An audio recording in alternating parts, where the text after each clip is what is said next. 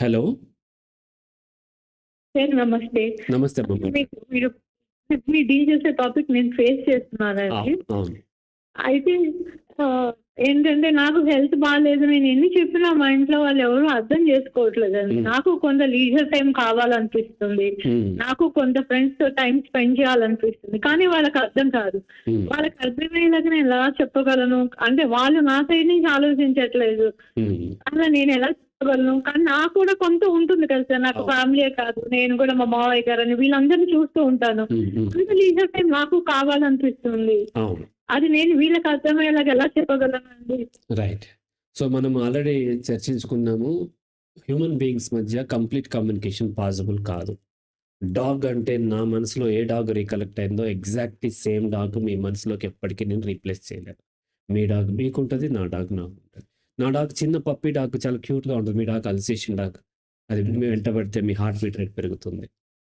So, కాబట్టి ఇద్దరి మధ్య కమ్యూనికేషనే పాసిబుల్ కానప్పుడు మన బాధని చెప్తే వాళ్ళు అర్థం చేసుకుంటారా అంటే, అర్థం చేసుకునే అవకాశాలు చాలా తక్కువుంటాయి. అట్లాంటప్పుడు ఏం చేయాలంటే వీలైనంత వరకు మనం ప్రయత్నించాలి. ఆర్గ్యుమెంట్ చేయకూడదు. ఆర్గ్యుమెంట్ చేయకుండా వీలైనంత వరకు మళ్ళీ స్పేస్ ఇచ్చి ఎమోషన్ డౌన్ అవ్వగానే మళ్ళీ ఎక్స్‌ప్లెయిన్ చేసే ప్రయత్నం. సహజంగా ఏమవుతుందంటే మనకి ఎక్కువ ఆర్గ్యూ చేస్తాం చర్చించకుండా. ఆ పెయిన్ ఉంటది కదా! పెయిన్స్‌తోని నా వైఫ్ తన కొడుకుతో అంటే మా పిల్లలతోని ఆర్గ్యూ చేస్తుంది. వాళ్ళు వయసులో ఉన్నారు గదా! వాళ్ళకి హార్మోనల్ ఇన్‌ఫ్లూయెన్స్ ఉంటది గదా! వాళ్ళేమో నువ్వు ఇట్లా గాదు, అట్లా గాదు, నువ్వు అదేదో బయాసిడ్‌గా థింక్ చేస్తున్నావు ఏది ఇదని వాళ్ళు ఆర్గ్యూ చేస్తూ ఉంటారు.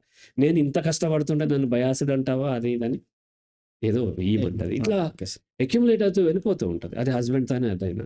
ఇక్కడ మనము ఇతరులనైతే వాళ్ళ బాధని అర్థం చేసుకోవాలి. మన బాధని వాళ్ళు అర్థం చేసుకున్నప్పుడు మనం కొంచెం స్పేస్ తీసుకొని, మళ్ళీ కొంత వాళ్ళ ఎమోషన్ తగ్గినప్పుడు మళ్ళీ, మళ్ళీ ట్రై చేయాలి. అప్పటికి అర్థం కాకపోతే ఇంక చేయగలిగింది ఏమీ లేదు. వాళ్ళకి అబద్ధం చెప్పైనా కొంత హెల్ప్ తీసుకోవాలి. నాకు హెల్త్ బాగోలేదు. ఒక్కొక్క రోజు నేను బాగా టైర్డ్ అయిపోతాను. టైర్డ్ అయిపోయి ఆరోగ్యంగానే అంటే హెల్త్ ఏం పాడవలేదు. కానీ నాకు ఆ రోజున ఎందుకో కౌన్సెలింగ్ ఇవ్వాలనిపించలేదనుకోండి. నా క్లయింట్స్ నాకు ఇవ్వాలనిపించట్లేదు అంటే నాకొక్కడికి ఇవ్వండి సార్ అంటారు. అలా అందరూ అంతే అంటారు. అప్పుడేమంటాను నా హెల్త్ బాగోలేదు. నేను రీషెడ్యూల్ చేస్తాను. నేను చెప్పింది అబద్ధమే.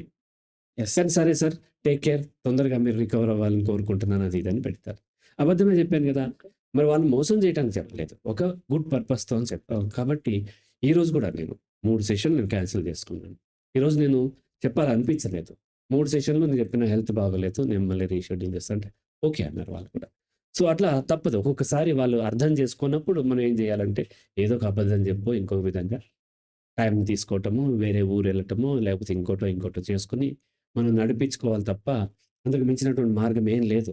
వాళ్ళకి ఎంత చెప్పినా వాళ్ళు అర్థం చేసుకున్నప్పుడు మనం ఏం చేయలేం కదా! అది వాళ్ళ చేతిలో ఉన్నటువంటి. కాబట్టి మన వైపు నుంచి వీలైనంత వరకు ట్రై చేయటం ఒకటేనమ్మా. రైట్ అమ్మా? ఓకే. రైట్.